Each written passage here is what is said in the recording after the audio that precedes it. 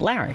6:37 is your time right now. We are learning new information about a rising number of carjackings in D.C. So far this year, more than 100 people have had their cars violently stolen compared to just 22 carjackings incidents around this same time last year. Now, some of these crimes are allegedly being carried out by teenagers. Now, you may have heard of this one where a 13 and 15-year-old, a pair of girls, were accused of killing Uber driver Mohammad Anwar last week while allegedly trying to steal his vehicle. Michael Quander is live at D.C. Police Headquarters right now, digging into that for us. Michael, what do we know about this investigation and this disturbing trend? Well, good morning, Larry. Well, we can tell you that those two teenage girls are scheduled to appear in court tomorrow on felony murder and armed carjacking charges. But according to D.C. police data, this is just the latest in a series of carjackings involving young people. There was a lot of police officers just flying down the street. Jennifer Ruiz witnessed the aftermath of a couple of armed carjackings near her job on K Street Northwest, where two young teenage boys were arrested for the crimes. It's scary because as a mother, you're wondering what are these little boys doing? Shouldn't they be in school? Shouldn't they be with their parents? She's now posting signs warning food delivery drivers to not leave their cars running while picking up orders after this latest incident in Navy Yard.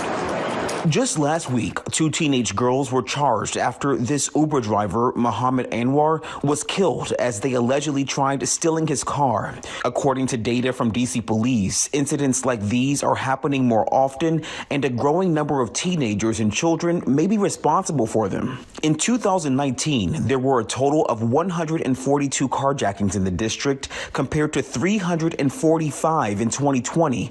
That's a 143% increase.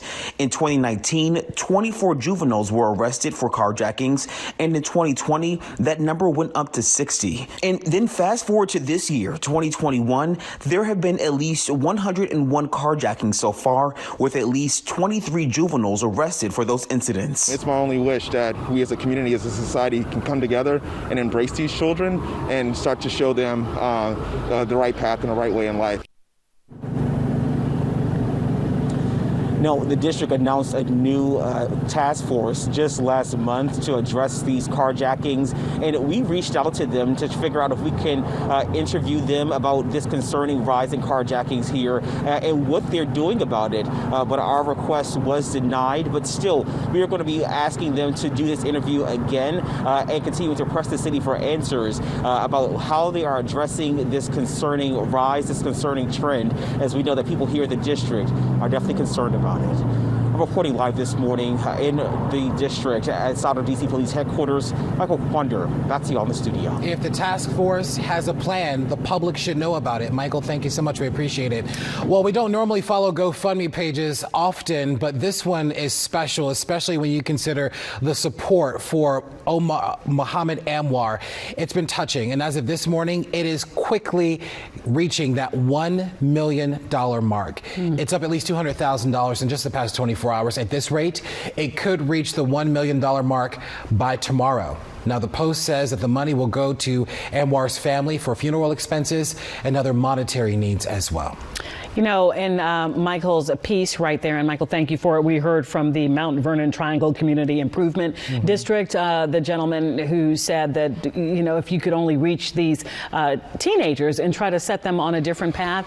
And I think it is important. Look, if your car is taken, if you're a family member who's lost someone in this way, you might not necessarily be able to hear it, and I understand that. But these offenders, in this case, they're just so young, and it is really my wish that they could be shown that there is another life that's available to them. In the meantime, though, I understand we need to know how we can stop this wave of violence, but it's disturbing how young they are. Yeah, absolutely. But we also have to expect these families to step up as well, right? If you know that your kid is out here acting in a way that is inappropriate, that is dangerous and violent, then you have a responsibility to get your child together, most importantly.